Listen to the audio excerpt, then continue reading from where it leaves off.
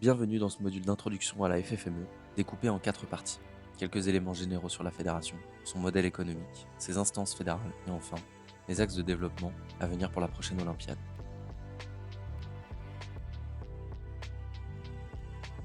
Conformément au Code du sport, la FFME reçoit une délégation de service public de la part du ministère en charge des sports. Cette délégation implique différentes missions pour la FFME.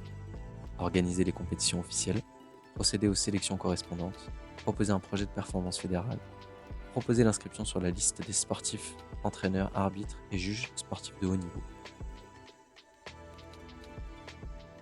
Les disciplines pratiquées à la FFME sont nombreuses. La fédération dispose de la délégation ministérielle pour l'escalade, la para-escalade et le ski alpinisme. Les structures affiliées à la FFME proposent également des activités comme l'alpinisme, la raquette à neige, la randonnée ou le canyon.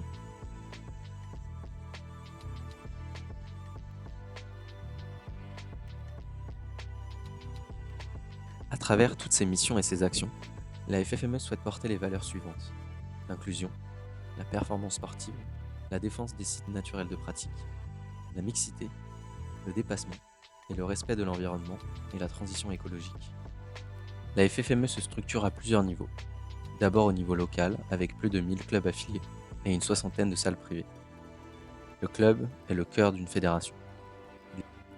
Les missions principales du club sont assurer la pratique des adhérents, créer une vie associative locale riche, former à la sécurité, faire progresser en niveau technique, organiser des compétitions et des sorties, etc. 82 comités territoriaux à l'échelon du département agissent quotidiennement au service du développement de nos pratiques.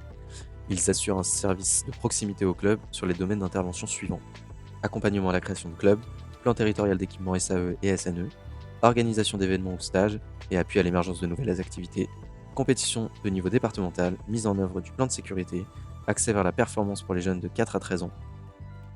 17 ligues travaillent à l'échelon supérieur de la région.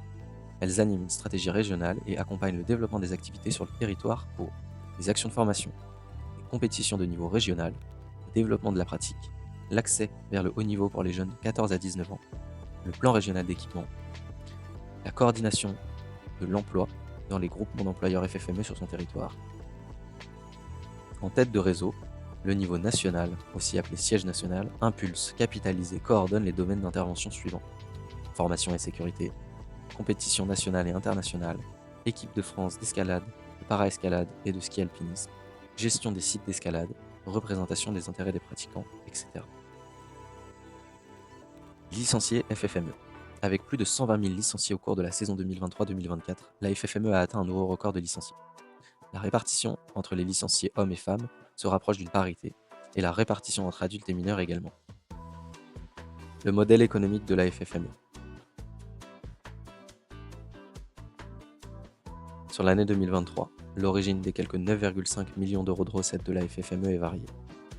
Les licences représentent environ 43% des recettes, suivies des assurances, des subventions, de la salle d'escalade Karma Fontainebleau, de la formation, des partenariats, de la compétition ou encore d'autres recettes comme l'AMO, le haut niveau ou la boutique.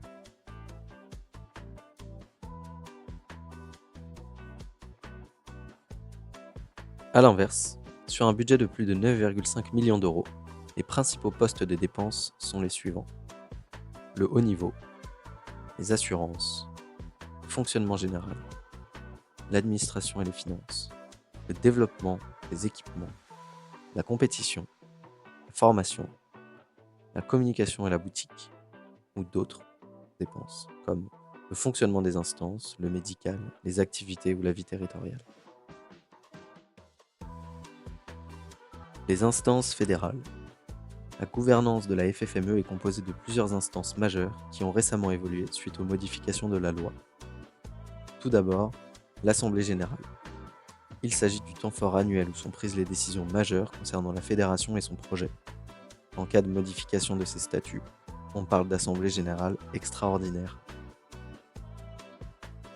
Le Conseil d'administration est l'organe exécutif de la FFME. Il a en charge le pilotage de la stratégie de la fédération, en lien avec les orientations votées à l'Assemblée générale. Il se réunit 4 fois par an.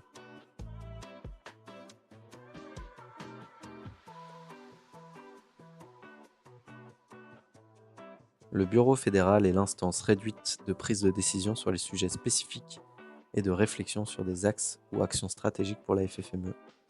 Il se réunit au moins une fois par mois et peut se réunir en urgence. Le Bureau fédéral peut par exemple valider les demandes d'affiliation. Les commissions fédérales sont responsables de domaines spécifiques comme l'escalade, l'alpinisme, le ski alpinisme, la sécurité en montagne, la formation, etc. Certaines sont imposées, d'autres sont facultatives.